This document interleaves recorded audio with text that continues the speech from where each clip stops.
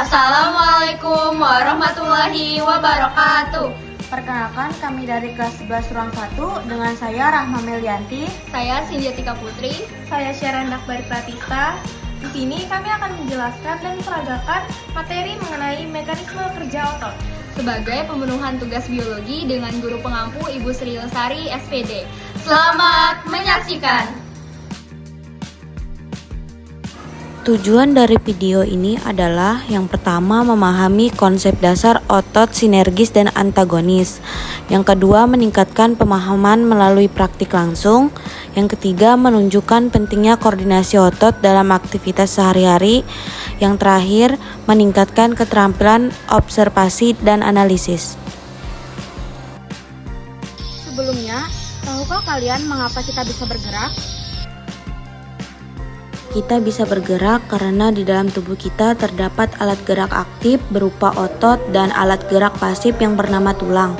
Oleh karena itu, tulang dapat bergerak karena otot. Lalu otot dapat menggerakkan tulang karena adanya kontraksi dan relaksasi otot. Kontraksi adalah keadaan saat otot menegang dan memendek, sedangkan relaksasi adalah keadaan pada otot kembali memanjang.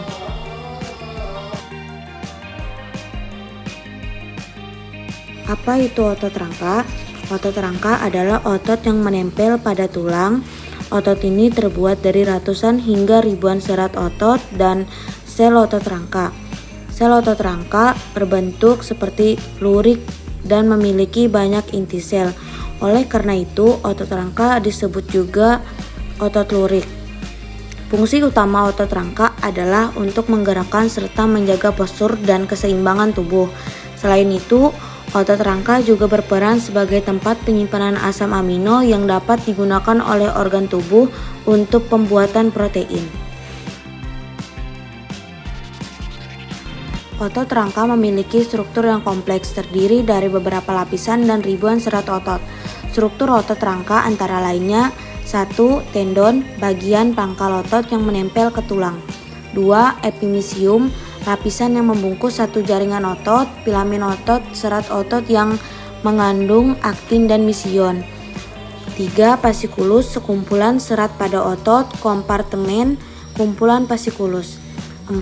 Perimisium, lapisan pembungkus satu fasciculus. 5. Endomisium, lapisan yang membalut setiap serat otot.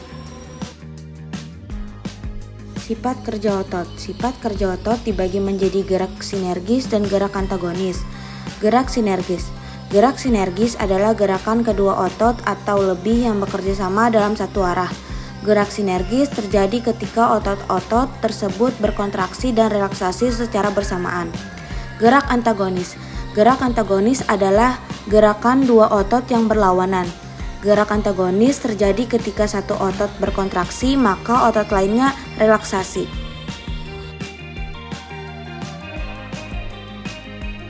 Contoh otot sinergis. Contohnya adalah gerakan otot pronator teres dan quadratus yang bekerja sama untuk menghasilkan gerakan supinasi dan pronasi.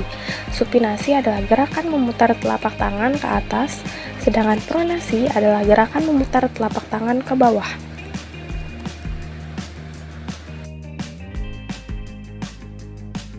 Contoh gerak sinergis yang kedua adalah gerakan antar tulang rusuk untuk bernafas.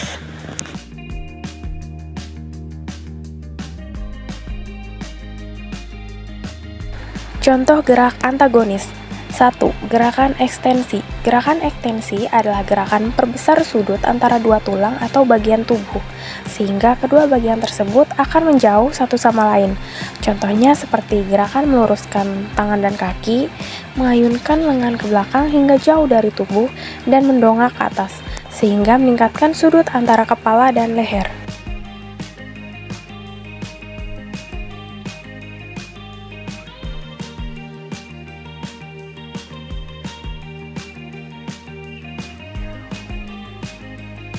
Contoh gerak antagonis yang kedua yaitu fleksi.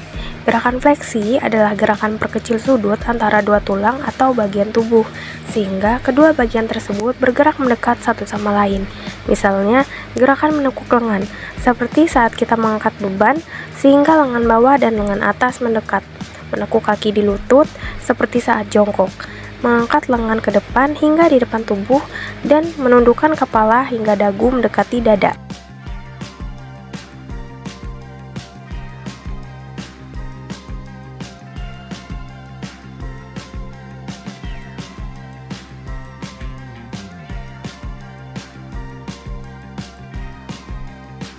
Contoh gerak antagonis yang ketiga yaitu abduksi. Gerak abduksi adalah gerakan yang menjauhi titik tengah tubuh atau badan kita. Contoh gerakan abduksi yang pertama, mengangkat lengan ke samping atau menjauh dari tubuh, seperti membentuk huruf T. Yang kedua, menggerakkan kaki menjauh dari sumbu tubuh saat berdiri, misalnya saat melakukan split. Yang ketiga, menjauhkan jari-jari tangan satu sama lain. Dan yang keempat, mengangkat paha ke samping menjauh dari garis tengah tubuh, seperti gerakan menendang ke samping.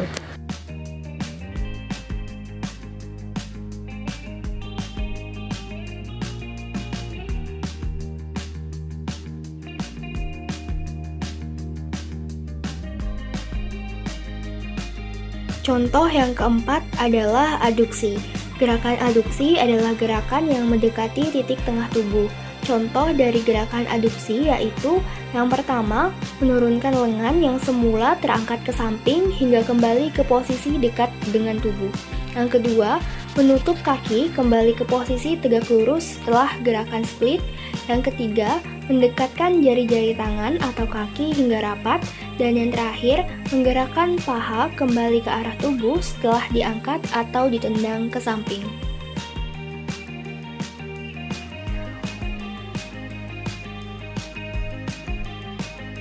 Yang kelima adalah depresi. Gerakan depresi adalah gerakan menurunkan anggota tubuh. Contoh gerakan depresi misalnya, yang pertama menurunkan bahu kembali setelah mengangkatnya, yang kedua menurunkan rahang untuk membuka mulut.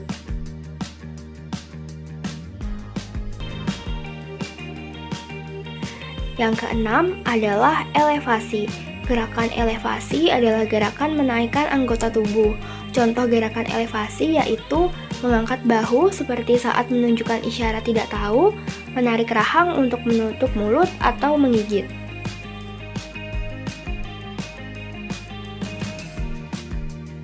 Yang ketujuh, inversi. Gerakan inversi adalah gerak memiringkan telapak kaki ke arah dalam tubuh. Contoh gerakan inversi seperti saat kita memiringkan kaki sehingga bagian dalam telapak kaki naik dan ujung kaki sedikit menghadap ke dalam. Yang kedelapan adalah eversi. Gerak eversi adalah gerakan memiringkan telapak kaki ke arah luar. Contoh gerakan eversi yakni saat kita memiringkan kaki sehingga bagian luar telapak kaki naik dan jari-jari kaki menghadap ke arah luar.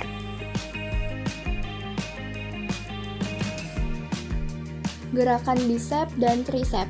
Bicep dan tricep adalah otot besar di lengan atas yang berfungsi untuk menggerakkan lengan. Bicep berada di bagian depan lengan atas, sedangkan tricep berada di bagian belakang.